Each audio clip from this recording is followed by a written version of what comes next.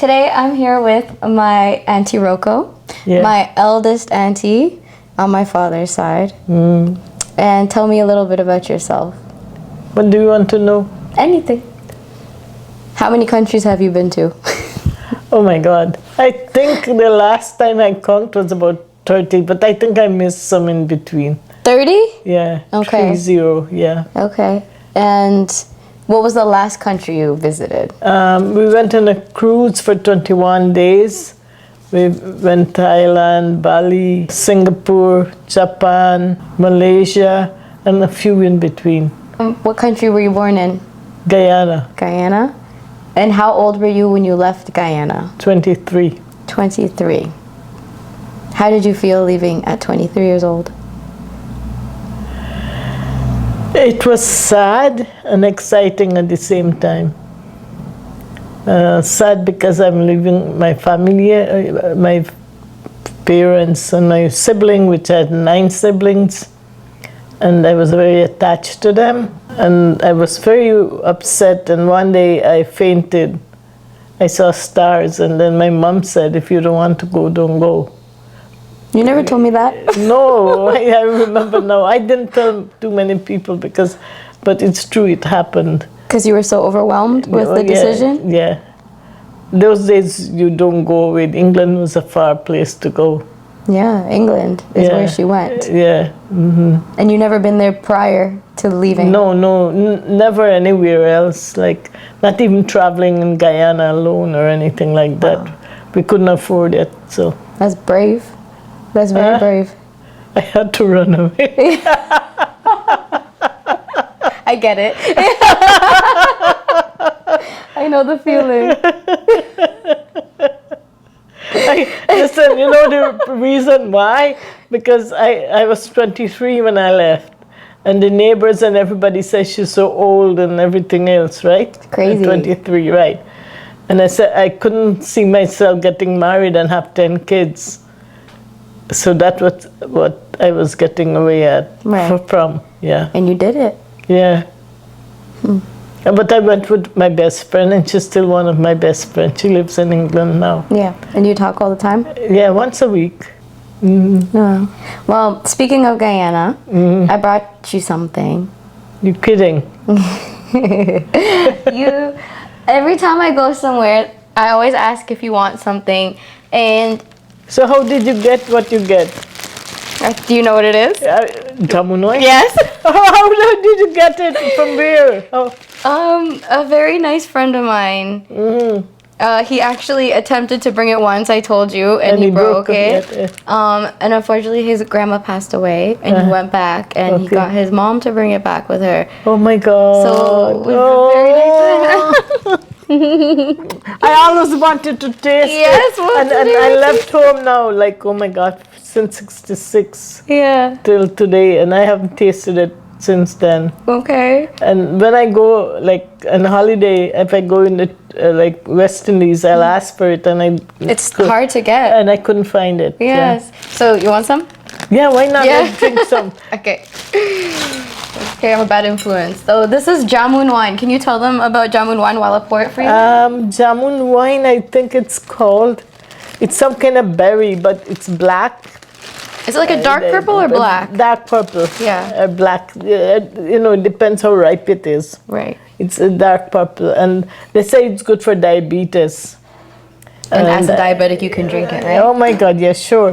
And oh my God, thank you very much. Welcome. Oh my God. So there's like suds in it, so I'm just gonna like... Yeah, that's okay. That's fine. The sud is good. So I've had this for a little while. I've been waiting, you know, so I could do this properly for you. And I thought we could have some good conversation. Right, I'm gonna get drunk. I doubt when else we get drunk. This is my auntie. You heard that? No, it's strong. It's strong? I tried it with my mom and dad. Oh, what did they think of it? My mom is not too fond. My dad said it's okay. It's an acquired taste, right? It's not yellowtail. That's just it was bottled. No, so I this know. is homemade too. Very good. So the first one that he brought was, I don't think it was homemade. I think it was store bought. It looked like it was store bought. So this one is homemade. So. Oh my God, I'm so excited. I'm so excited to have this with you. Cheers. Cheers, Auntie. Love you. I love you too. Thank you, darling. You're welcome. This must be over 50 years. How long? 66. It's 55 years I left home. Oh my gosh. 55 years? 66 I left, so 6 and what make 15? I'm bad at math. It's, no. I'm in the arts. 6 is 6. I got to figure this out right. Okay, we'll calculate it.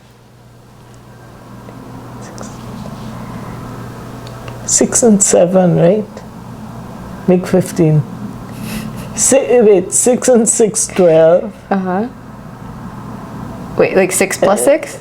No, 6 times 6? Yeah. No, wait, I know what I'm... You want a calculator? Yeah, no. Anyway, Wait, it's easy. Smell it. Does it smell like yeah, I how smell you remember? like jamun, Cheers. right? Oh my God, it's good. It's creamy. Yeah, it's very good.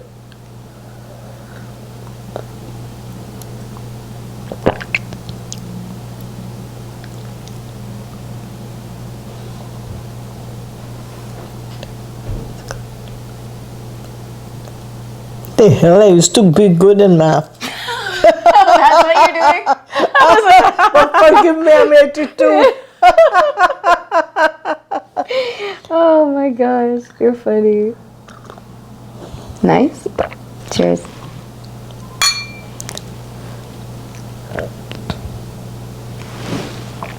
Does it bring you back nostalgia? Yeah, it does. The taste is there. The jamun taste is nice.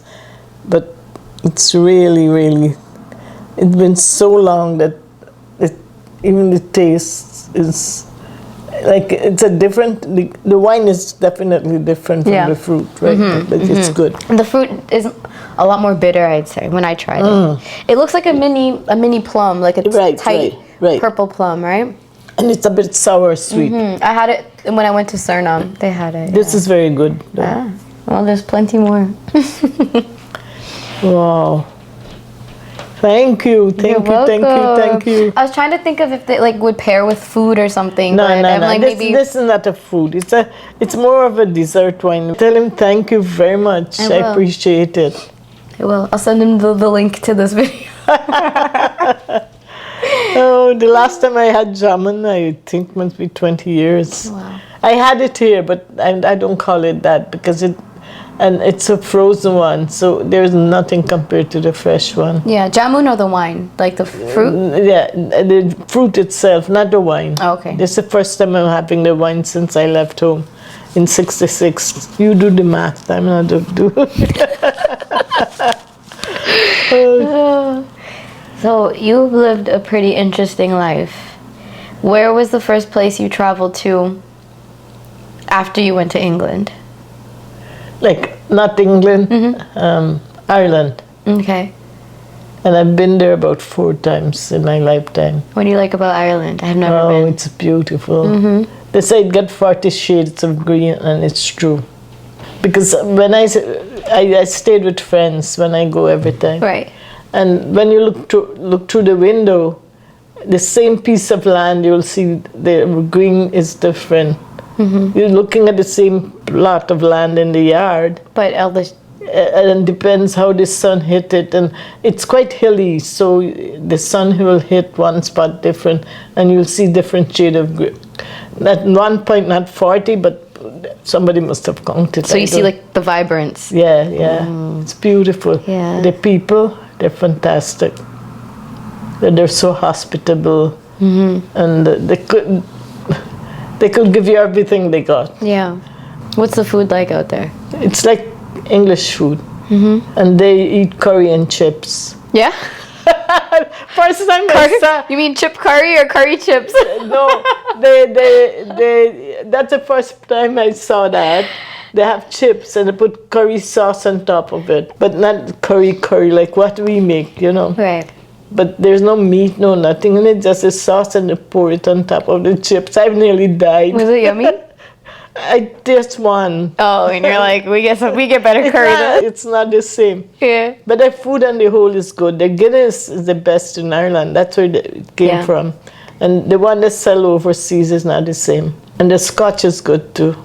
Do you like scotch? My friend husband gave me moonshine to drink. We had one shot of moonshine. And what happened? Nothing. No. He wouldn't give me more than one shot. Yeah. So both. If he had a shot because my friend, she's a teetotaler. She never drank. So he. What's that called? What? Teetotaler. Yeah. Teetotaler? Yeah. That's someone who's never drank? Drank. Never touched the stuff. Interesting. They made a promise in the church. Oh, it's a religious reason. All three siblings. Oh, wow. They never Christian? touch it. Yeah, they're Christian. They're Catholic. Okay. And when I go there, I can't go to the pub with them. But the husband drink, so he'll take us. Nice. It's always good to have a drinking buddy. Right? Yeah. Wow. So you know a lot about food. Why is that? Because I did it as a living, like a cook and a food service supervisor. So. And how'd you start with that? Because you went to school. Yeah. For culinary. Yeah. When I came here from England, I did nursing in England, and I didn't like nursing here.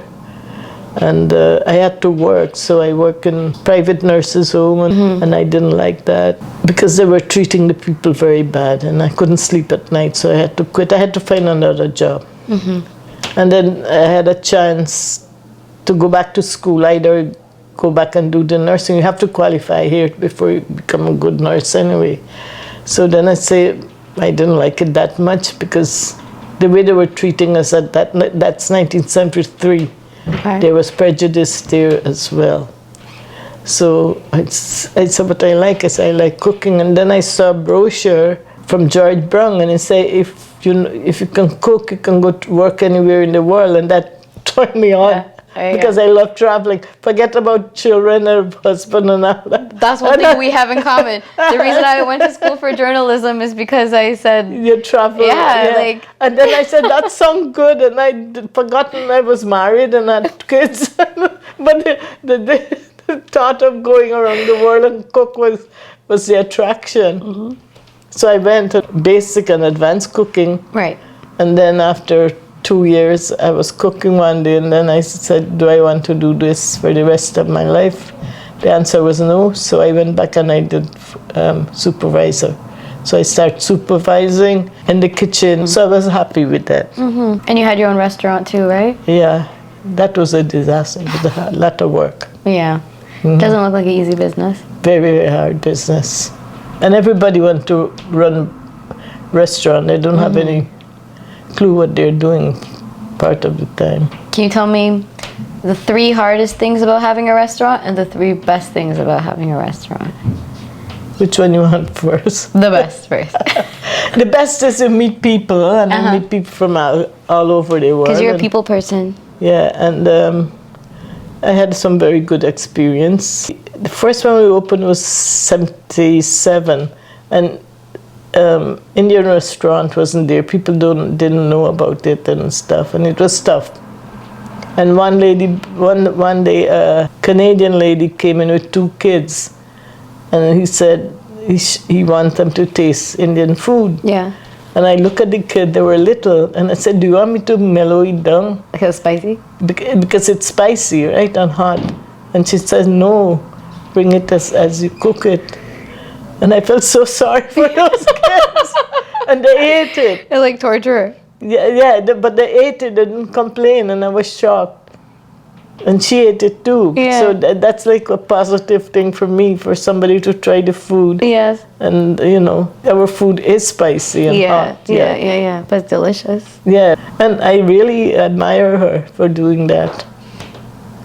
Nice. And then sometimes people will come and ask me for recipe and all that. I'll give them. I never hide it. And I wouldn't say, no, I'm not going to tell you all this stuff. I'll tell them exactly what's you like in to share. it. Yeah, like to share. That's 2. What's Okay. the other?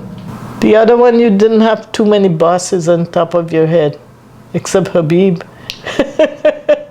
Who's Habib? My husband. For those of you that don't know, my uncle. But it was good. It wasn't bad, but it wasn't the right time. And it's tough to work in a place like a business, especially with yourself and your husband, that's where mostly of conflict. Would you recommend people working with their spouse? No. I hear that a lot. Yeah. It was no fun. It was fun sometime. The worst thing is, as I said, money wasn't there. We didn't make any money in the restaurant, not too much, enough to pay the bills, but nothing else. Right. We wouldn't have got rich there. Looking back now, do you think there's things you could have done that would have made you more money? In the situation was this: there was nobody. It became like a pub. Bar? Yeah. At the end, regulars that's coming into. it was like it did serve a purpose that people were lonely. They want their food. They will come like a meeting place. Right. But not enough of people to do that. There were only drunky guys or drank beer and whiskey and that. So it didn't become a restaurant, but a pub. Yeah. You have a story with your pepper, right? You're in a bag. Suppose the police see me, Yeah. they put me in jail now. She started pepper spray before pepper spray was a thing. The first one was beside Gentleman Club. Yeah. Yeah. Lancaster? The house of Lancaster. It's still there. Right, it's still there. And the people will get drunk and come to our place and pee. We had like 2 doors in between, and they're so drunk they didn't know where they were going, and they will stand up there and pee. And one day I took a handful of chili and threw it in their eyes. Not a handful, less than a handful. Okay. It's okay if it was a handful. It was I don't a blame handful. you. Do what you gotta do. A little bit of pinch, I would say. If I had to clean up that piss, I'd throw more at And then I could just picture you with it. yeah. So then I threw it in their eyes. I was aiming for their eyes. And you got it. Then the ambulance guy asked me, he told me, I saw what you did, and said, what did I do? Yeah. And then I said, I didn't do anything, And then he washed their eyes, and he came to me, said, what you did was wrong. You can go to jail for that.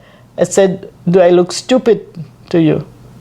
Do I look, I'm a mad person? He said, no. I said, go and check the door, in the middle door. They pee there, they come to our house and pee. Do I go to their place and pee in their house? Right. Disrespectful. Yeah. So he didn't say anything. Yeah. They knew you as a chili lady. No. So then I was telling my daughter one day, we should get something like a spray, so you protect yourself, especially young girls. And somebody invented it. And now we have mace. Yeah. Mace pepper spray. Yeah. Same thing, different style. They probably got the idea from you. No. But those were the bad things that you get. We didn't know what the Gentleman Club was. Like, we didn't know it was a striptease joint, Did you go inside? Oh, yeah. And they renovated, and they invited us for a drink. So Habib said, let's go. He wouldn't miss a drink for nothing.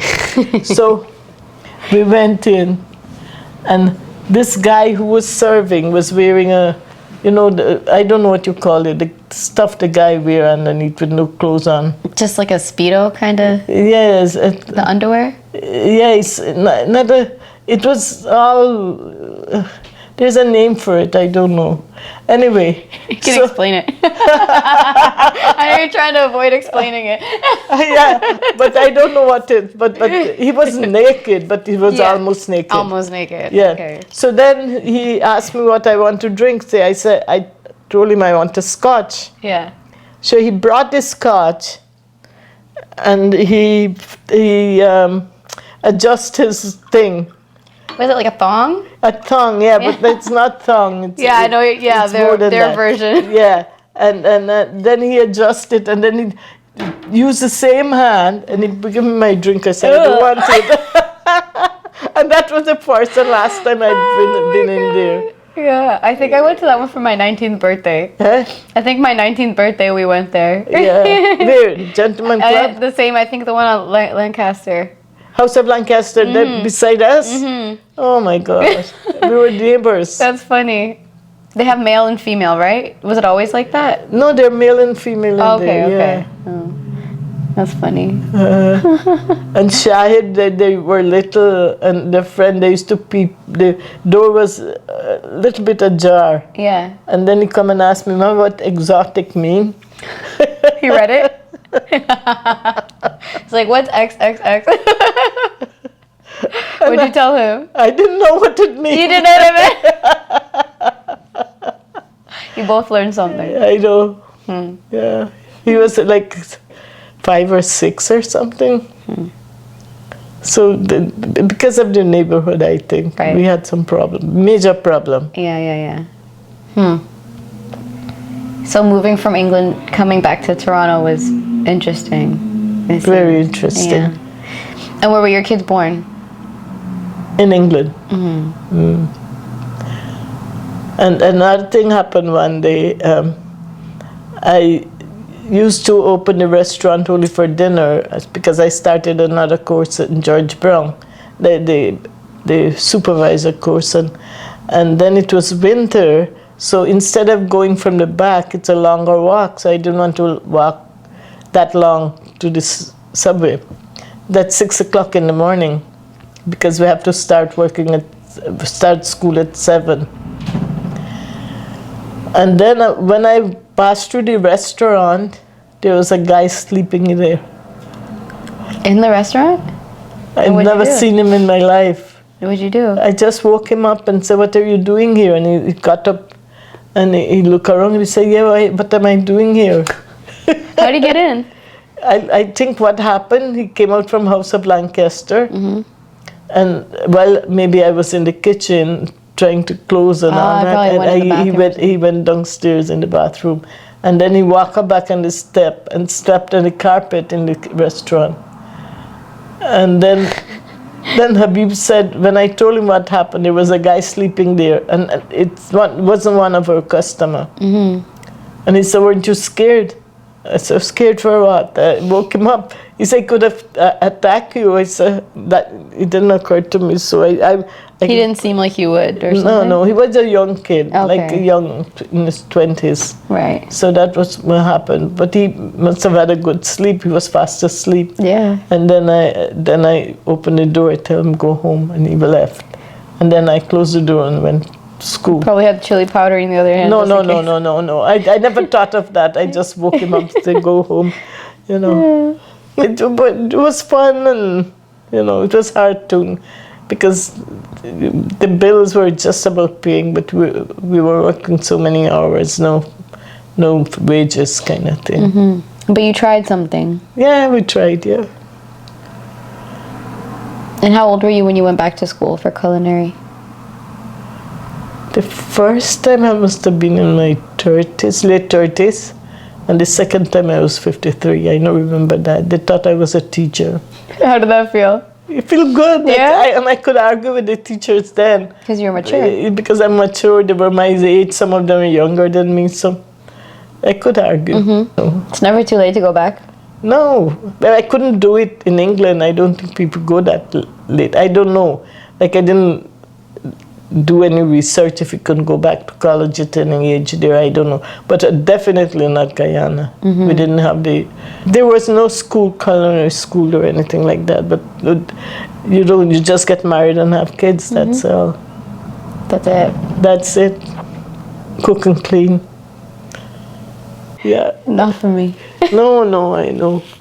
Well, I did cook and clean a lot. Well, there's nothing wrong with cooking and cleaning. I love to cook. I don't love to clean, but it's like that can't be your life. Like for me, that can't be my only thing I do. I wanted kids, but I didn't want 10. Then there were no birth control. It has just come in the 60s, I think. Do you wish you had more kids? No. Because I had 2 stepchildren, and that was 4 was enough. Yeah. You did a lot. Yeah, it wasn't bad. Life goes on. And then I get to work different places. If I'm staying in a job, if I get too bored, like if you stay too long, you get bored of the routine, I'll quit and go somewhere else. Because I like a little bit of challenge, not too much, but enough to keep you on your feet. That's something I respect about you. You don't stay somewhere that you're not happy, I find. You kind of, a lot of people, I think, stay somewhere because they're either comfortable or they're afraid of change, but you're someone, you take risks, and not a lot of people take risks. You have to. What was your favorite job? Oh, the one with this university, that was beautiful. I was supervising in Massey College. It's a small place, about 160 seats, I think. I've forgotten now. It's been a long time. Massey? Massey College, U of T. I work at Seton House. It was a shelter for homeless men. And then later on, I work at Queen's Park and some nice places. And then I got this job at Massey College as a supervisor in the kitchen. From Seton House to Massey College, it was like a different world.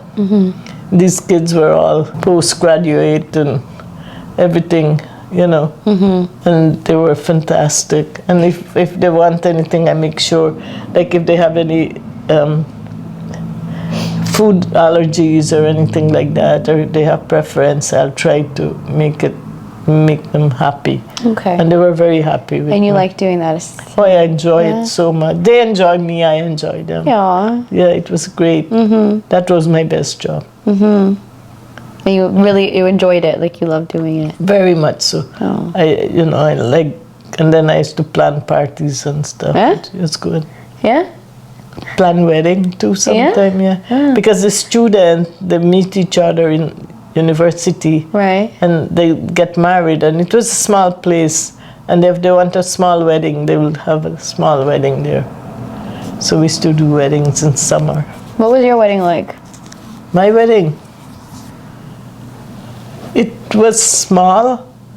We didn't have any money then, so we couldn't. I had some of my friends, and Habib had some of his friends. And we had it in a home kind of thing. That was all. Simple. How did you know you wanted to marry him? I don't know. It's like, I think you think you're supposed to get married. I don't know. That wasn't my question. At that time, you're supposed to get married and have kids, Can I ask you a personal question? Knowing what you know now, would you, if you could go back in time, would you get married? I might, but I would have. There's no wrong answer. No. I would have. You can't do it. It's not, because the knowledge I have now, the experience I have now, I didn't have it then. Right. We weren't exposed to life. Okay. And and you just pick somebody, you think you care or whatever, but I'm not regretting it. It happens. I have 2 kids. If it was that bad, I wouldn't have stayed 50 years, but I don't know, it's tough.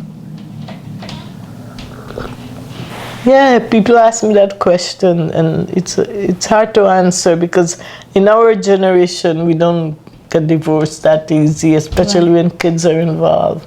Yeah. And, you think more, we were taught as growing up, oh, it's good to do good for other people. So you've been doing good for other people, and you don't know what the hell you need in life. Right. So that's how it is. But I think being a little bit selfish is good too. I'll remember that. Yeah, you got to take care of yourself. We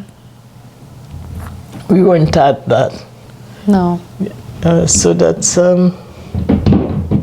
Especially as a woman, I feel like.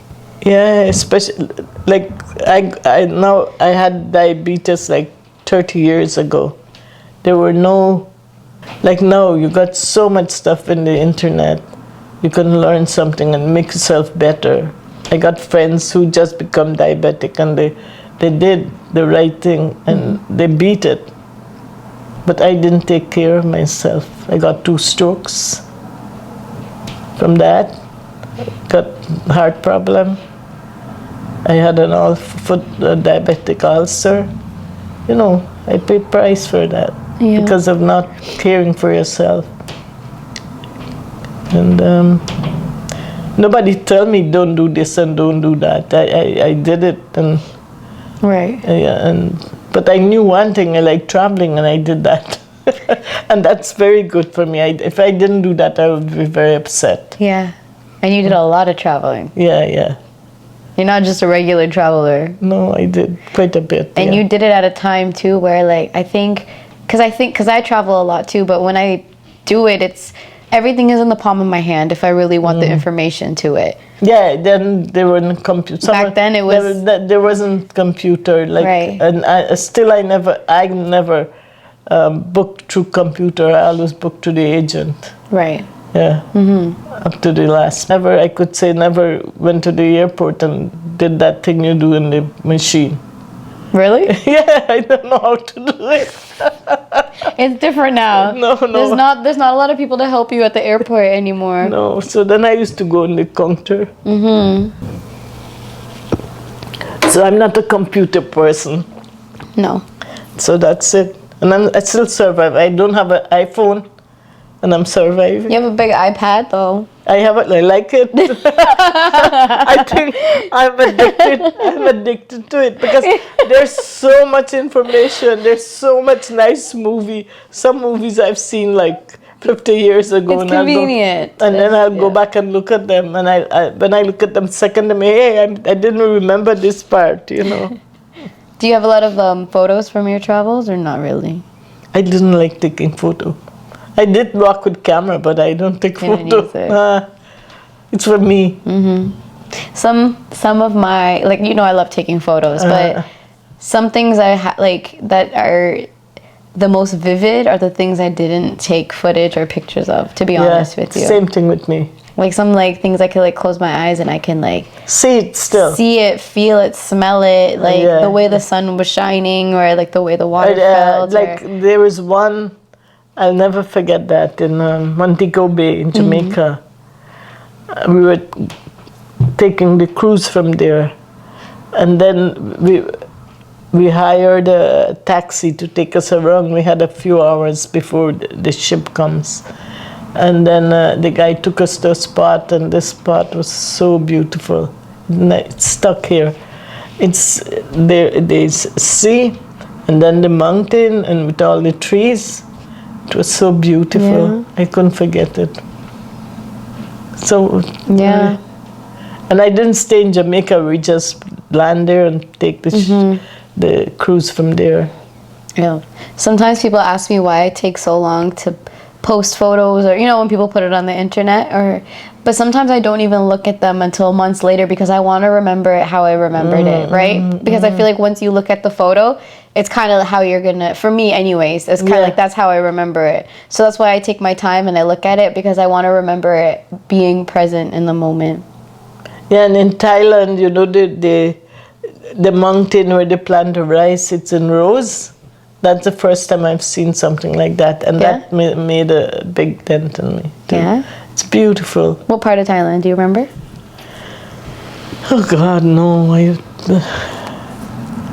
No. It wasn't Bangkok. It was down in the countryside, but beautiful. Do you have a favorite other than Ireland? India. I still haven't been there either. Yeah, I know India. No, Ireland is one of my favorite country, but India is different. How much time did you spend in India? First time we spent 3 weeks, and second time I spent 3 weeks, 6 weeks, you know. And have you been to Pakistan? Yeah, twice. Because Uncle Habib's from Pakistan. Yeah. His family, they were good. Yeah. Very nice people. But there's a big difference between India and Pakistan. Did you feel the difference when you were there? Yeah. How so? Could you explain it? Like when you're walking in the road, there are lots of people. India got more people. But I feel like in India, when we're walking in the road, men, they take care and they don't want to touch you. Okay. You can be like, because of so many people walking up and down, they can touch you. But in Pakistan, they don't touch you, but they look at you funny. Like judging? Like they look at the women like they've never seen women in their life. Oh. Yeah, that's how I felt in Egypt. Yeah. But not all of Egypt, but the part of Egypt I was in. And I was old. I wasn't like a young person or something, you know. I know they're curious that you look different, right? You're dressed different. But for God's sake, don't stare at you. Yeah. You know. They would follow me in Egypt. If they see me on the tape, they'll kill me too. Talking about their country. How dare you? Yes, some of them they'll believe it, but wouldn't. So that's a big difference I found from India and Pakistan. The men. I felt much more respected in India. And they respect you, like they will ask a question because they want to learn from you. Right. Like, how is Canada? And they get, some of them get confused. They don't, not India so much or Pakistan, but you go to Ireland and they think I'm from America. Yeah. And I keep telling them I'm not from America, I'm from Canada. They're two different countries. But and Trump wasn't even a thing back then. No. Oh God. Yeah, but no. You know a time before Trump. Huh? You know a time before Trump. Oh yeah, this was definitely before Trump. Yeah. That's what I look for when I go travel. I look for the people, what kind of people they are. And you like local. Local, yeah. And I go to local places. Local market is my first stop. And not to buy clothes and all that. I don't like that. But like go look for the fruits and their vegetables and all that. You know, different thing. Their local food, what they sell in the shack. I love street food and stuff like that. Street food, yeah. You know, I have such a big family on my mom's side and my dad's side. And this is my only family member who I feel like I could relate to so well. You. Thank you. Yeah, it's true. I think we have a lot in common. But it's like nobody else I feel like I can relate to. They wouldn't understand. They wouldn't understand what you're talking about. Yeah. And I don't know about you, but little things make me happy when I'm traveling. Or not traveling, even when my friend come and we sit down, we talk, we laugh. It makes me happy. It's a simple thing. Yeah, it's the simple things in life. Yeah. It's a good conversation, you know? Those are the real memories that I cherish. It's not about spending a lot of money, you know? A lot of people ask me that too. They're like, how do you afford to travel? One lady asked me, how come I'm traveling so much? Where do I get the money? I say, you see my hand? She said, she's getting diamonds. She said, no. You see my neck? You see any diamonds? She said, no. You see my hair? Any diamonds? She said, no. That's how I travel. Yeah, exactly. Yeah, exactly. Yeah. I don't go waste money on jewelry and all that. For what? It's true. Yeah. So now when I look at certain things and I look at the price, I'm like, that's a flight right there. Yeah. If, you know, I don't like shopping. Like, jewelry is good if you enjoy it, but because I did nursing in the 60s in England, you weren't allowed to wear jewelry except your wedding ring. You were not allowed to make your nails long. Lots of things. Earrings you weren't allowed to. So, like, I'm used to not wearing jewelry.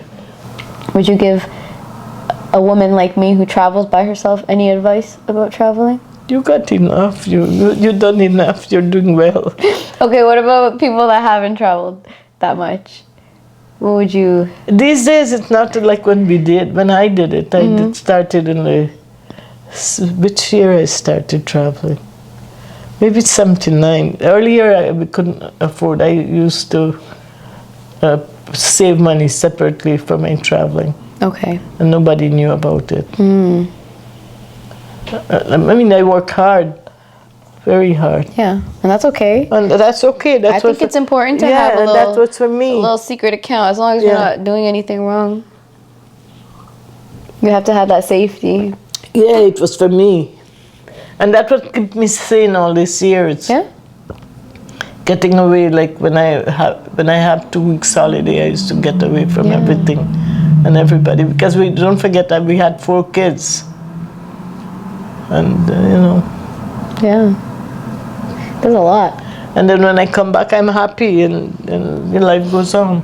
You need that break. I think getting away is important. Very, very important. Yeah, that if I could give people a thing, and if they can do it, some of them wouldn't do it. They wouldn't say, "Oh, I wouldn't leave my children. I wouldn't leave my husband." Well, I left. I mean, I didn't leave them. I just asked, "Have you look after them? I'm going." Yeah. Well, I often hear couples say things like, "I wouldn't travel without my husband," or "I wouldn't travel without my wife." What do you think about that? That's the way they feel it's good, but I didn't feel good about that. I like going. I like to be alone and do the things I like, because if you go with somebody and say, like, I like to go in the water, and this other person doesn't want to go in the water, or I want to go this is very typical. I like the local markets, and I'll go there and spend hours and enjoy it. That's not everybody cup of tea. Right. I like to ride the local bus, instead of taking taxi and all that. See, we're so similar. Yeah. So then and somebody you're traveling, you spoil their holiday and they spoil your holiday. Right. So if you know that about your significant other, you do it. You're kind of holding each other back in a way if you don't. And I don't believe, say, you go on holiday and you start messing around and all that. You don't do that. Right. Well, why are you in a relationship or a marriage if that's what you want to do? If you're in a relationship, you don't do those things. No. Yeah, you shouldn't. But it happens. It happens, yeah. And it happens even if they're in a relationship. They could be in their own country, in their own house and do it. Exactly. You don't have to leave your country to go and mess around. Right? I remember one time I was in a relationship and I was going away for a month. And somebody said to me, "Aren't you afraid he's going to cheat on you?" And I said, I'd rather him do it sooner than later. Like, if he's going to do it, at least, You're right. Yeah. Yeah. What if you think like that, it's going to hold you back? My God, this jamun wine is good. You like it?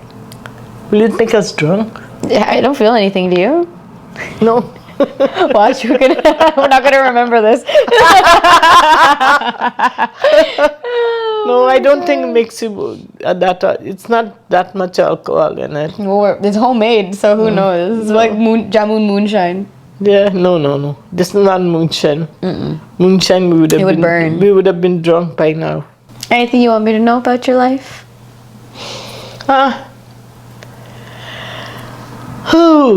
What do you want to know? Well, the thing is, what keep me going and still keep me going, I went through some hard spot, very, very difficult time. And I always look at life with a glass half full. And now I got lots of a health issue. Now maybe it's quarter full. But still, there's still something there. And for my walking, I can't walk about more than half a block, and it bothers me because I used to walk a lot. I used to work at Duffer Mall, and I'd see her zoom by Foot Locker. I know, but I used to walk to Chinatown from here, like 3 miles, and stuff was nothing. And that part of me gone. I like cooking. To invite somebody for a meal is not doable anymore. So there are lots of things in my life I can't do. But I'm still going. So how do you cope with that? I like one thing at a time, go, and I let it go.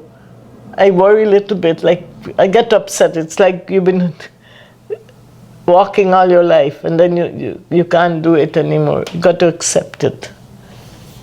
I mean, it's easy to say that, but a lot of people, that kind of thing can like crumble a person, you know? Well, I got a choice. I could crumble. I could get up and walk that half a block. And then you come to terms with it. Then come to terms. So long you come to terms with it. Like Bisune was here one day. That's my sister, you know. And we said, okay, we're going to have nice omelette. I had everything. I had mushroom. I had everything. Yeah. And you know, tomato and all that. So we'll make a nice omelette. And then both of us look at each other and we start laughing. None of us want to do it, so we boil 6 eggs and that was it. Oh my gosh. That was easiest. So that's what your life turned to. Yeah. You can plan all the things. I plan lots of things in my bed when I go to bed. Yeah. But I'm going to do tomorrow. I'm going to do this and that. When I get up, I can't do it because it's not because I'm lazy. It's just I don't have the energy. Yeah. So that goes too. So that's how life is. You take what you get. You get a hard kick sometime, and you got to live with it. But I think with you also, I think a big thing is that you are also content too. And I think, like, based off of how you talk about the life you lived, you've lived a pretty fulfilling life, right? So I think for you, it's easier. I'm not saying it's easy to come to terms with, but I think you do come to terms with things because you also know that you lived when you had the opportunity to. Like when I able to walk, I used to walk. Yeah. Like I wouldn't pay TTC fare for one or take taxi for one subway. I'll walk it. Yeah. Yeah.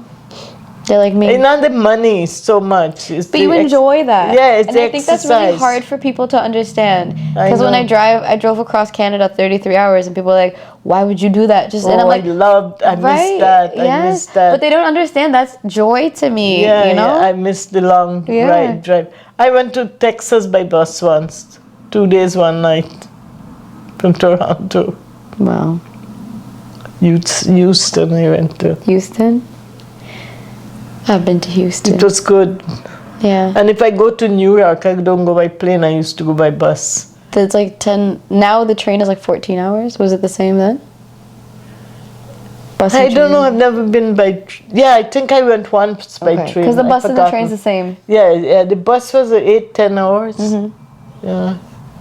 Because the time you go 2 hours, this Toronto airport, you wait. Yeah. And then. Exactly. And then you go. And you wait 2 hours coming back. That's 4 hours. And then if it's delayed, it's even longer. And then that's 4 hours. So another 6 hours you're in New York. Yeah.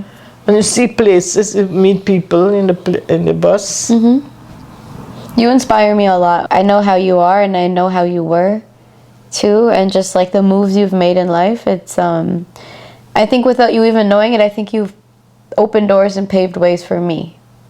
Oh, that's good. At least one of them. At least one. One out of how many? 32? Oh my God, there's a lot. I counted the other day. 42 or 32? Maybe in the 30s, because when I combined it both sides. 32, yeah. Yeah, there's a lot of us.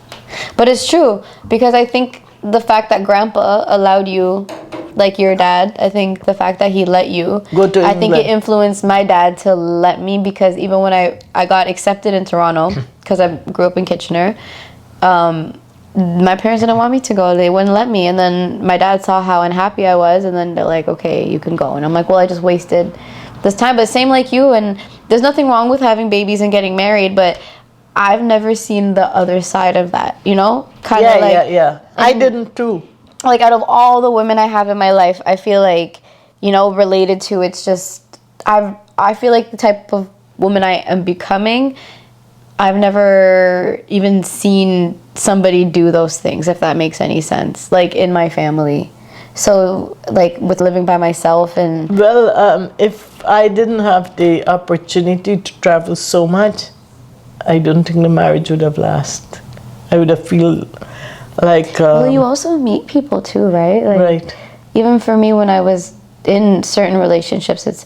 And I don't mean to speak badly about like my past relationships and whatnot. It's just when you leave, you kind of get a bird's eye perspective, and I saw other healthier relationships. You know, I met other couples, and I'm just like, I've never seen a couple be so down to earth, and you know, they really love each other, and it's not toxic. And I'm like, I guess those kind of things exist, but I've never seen it in my family. And the thought of me messing around or anything never came in my head, so I never did that, you know. And, me too. People think, you know, you travel for all these reasons, but no. They don't understand. You wouldn't understand. I'm playing chess. Those days we take our booze from Canada, and we could take it in the cruise, and we'll have a couple of shots, and then we go for dinner and all that. I'm talking about ladies' friends. And we were half drunk anyway going there. And some of them had problem with their husband. They will cry and all that. All of us, we cry, we laugh and everything. Yeah. That's fun. You need those female friends to talk about those things about. You know, you need that. It's important. It's very, very important. But it's too bad. They all say, oh, Habib, let me go.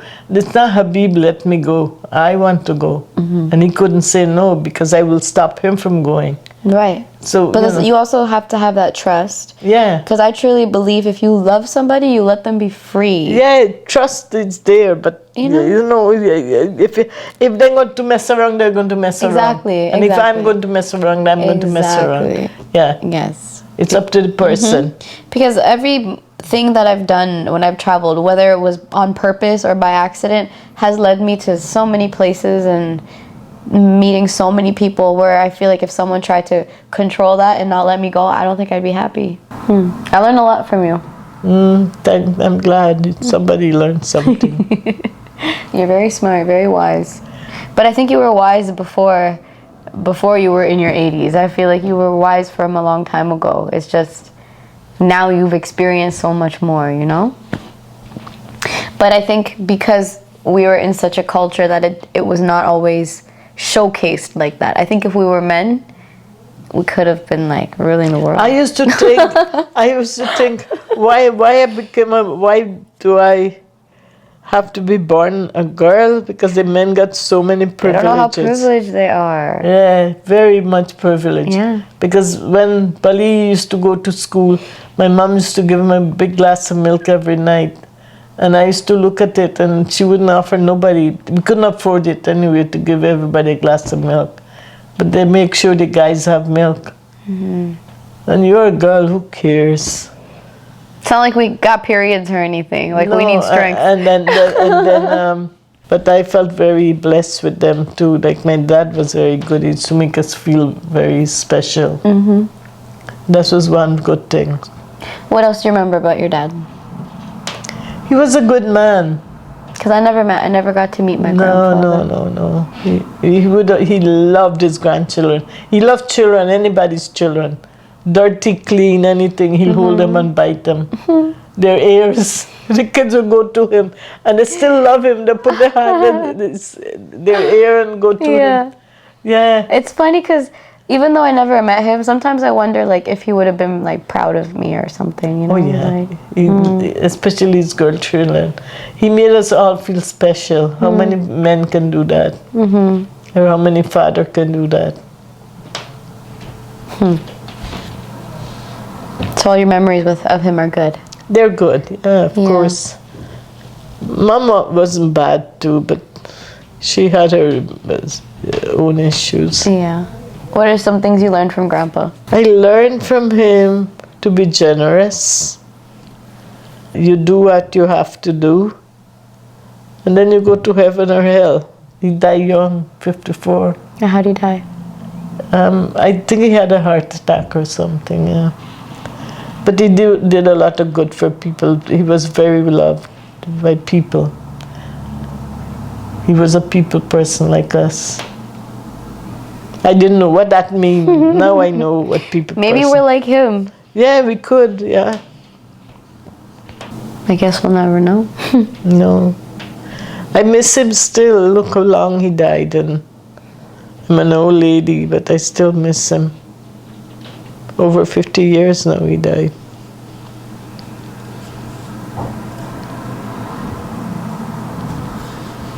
Do you remember the last time you saw him? When I left Guyana, it was 1966, March. I didn't see him since then. I didn't see him back. After I left, I was in England for 8 years, and we came here. We had just come 1973 here in Canada, so he died 1974. And, we came 1973, Christmas Eve here, so 73 was done, so. That must have been hard. Very hard. I never forgive myself for years. That's not your fault. No, but I blame myself. I blame even Habib. I don't know why I blame him. And one day he told me, I didn't kill your dad. It's a lot of hurt, right? Hurt, yeah, because I didn't see him. If I had seen him even once, I might have felt better. Yeah. But that's life. We never know when. Yep. Yeah. And your dad was only 9 or 12 or whatever. He was very 9, yeah. He was very young. Yeah, he must have been 9, yeah. Because I spent 8 years. He was only 8 months when I left Guyana, your dad. He was so cute. And it was too hard for you to go back in between, right? Yeah, they were giving me £26 a month. Living expense. So, like you couldn't save a fare. Some people did it. I don't know how they did it. But then I used to save some money and send it to them. From this £26. Yeah. And that's still nice of you. But not much, but Yeah. little bit, whatever. And we weren't taught about money or this and that. They didn't know themselves.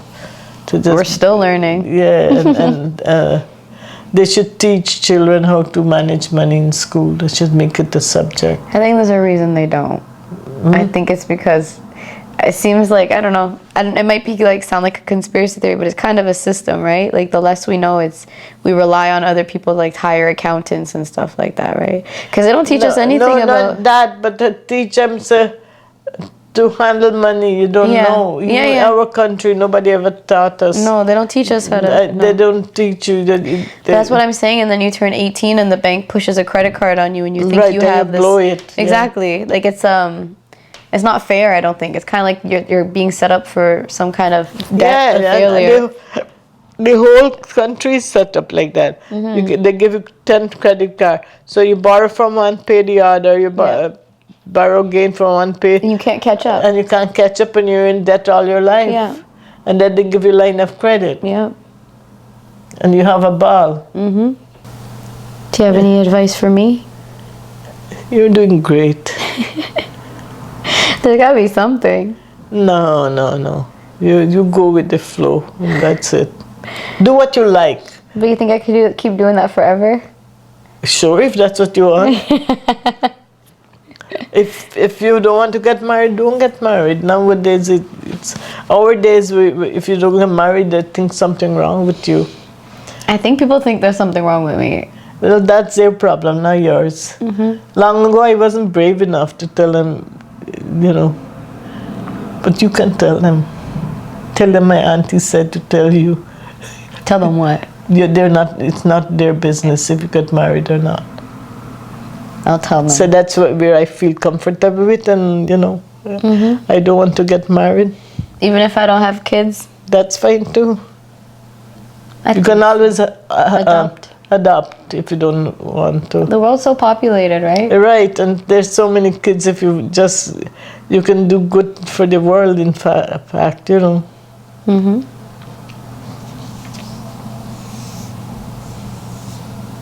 You take chance even with your own kids. they say, oh, they want you to adopt, they may be this, they may be that. Oh yeah, you could give 100% guarantee that your own kids will turn out good? No. So, same thing. People have kids for all types of reasons. They're like, you know, there needs to be someone to take care of you when you're old. And I'm like, if that's the reason why you're having kids, you probably shouldn't be having kids. Somebody told me that, and this person had some mental problem. And she said she wanted a baby. I said, why? She said, oh, I'm lonely. And I said, when the kids grow up and leave, what will you do then? Yeah, you got to figure out how to deal with that loneliness. Yeah. Like, that's not a reason to have a kid. Right. Or somebody will look after me. Not too many kids look after you anymore these days. And why do you want to rely on that? Why you want to rely on them anyway? Exactly. I don't think that's fair. And I already got my name on 5 nursing home done. So if I need them, I go for it, and it doesn't bother me. Yeah, you're prepared. I'm prepared, and I even prepared my vegetable, my funeral. Vegetable. And I got my clothes and everything ready. That makes me sad. I don't like to think. No, it doesn't make me sad. I know it's a good thing because you're prepared, but and then I feel like a big weight gone off my mind. Yeah. You're too ready. You need to relax. No, Stay here I'm not that ready, but I'm ready. I wish you and I could have traveled together. Oh, that would have been nice. Very, very nice. In another lifetime. Yeah, not this lifetime. Traveling, it takes some different kind of people. You got to have a little bit of adventurousness in you. Yeah. And then you when I go anywhere, I don't have an expectation of traveling. You just take it as it comes. Yes. Me too. That's why you're happy when you do it. And it comes good, bad, you take all together. But that's also why I travel by myself so much too. Because it's not easy to find get somebody people that want the same thing, right? And I wouldn't expect, like, the way I travel is very taboo to a lot of people. Like, I understand why people wouldn't feel safe, but for me, I just go. I didn't travel alone that much. In Barbados, I spent 6 weeks there, and that's a lot of time. Well, I went to Grenada. I spent a week there alone, and I liked it. Which one do you like better, Barbados or Grenada? Grenada, of course. Thank you for the wine. Oh my God, you bring back so much memories. You're welcome. This was fun. Tell the guy I said thank you. I'll tell him. Yeah, thank him very much. Yeah, I'll tell him for sure. Well, thank you for letting me interview you. You're welcome. I had fun. Do you want to say anything? I mean, is there anything I should do for you? No, you've done enough. You always cook for me, and I always don't cook. I seldom but cook. even if she doesn't cook, there's something that she has for me to eat. So it's true, right? I enjoy my talks with you. I always look forward to it, even though I can't come as often as I'd like. You're doing a great job. You come whenever you come, and that's fantastic. And I appreciate you being so hospitable to me too. Yeah. I value our conversations. I know. Because we got so much in common. I know. And like, I don't have to explain to you. You understand exactly how you feel, or how I'm feeling, or how. And when you say something, I understand you completely. Although there's such a big age gap. Yeah.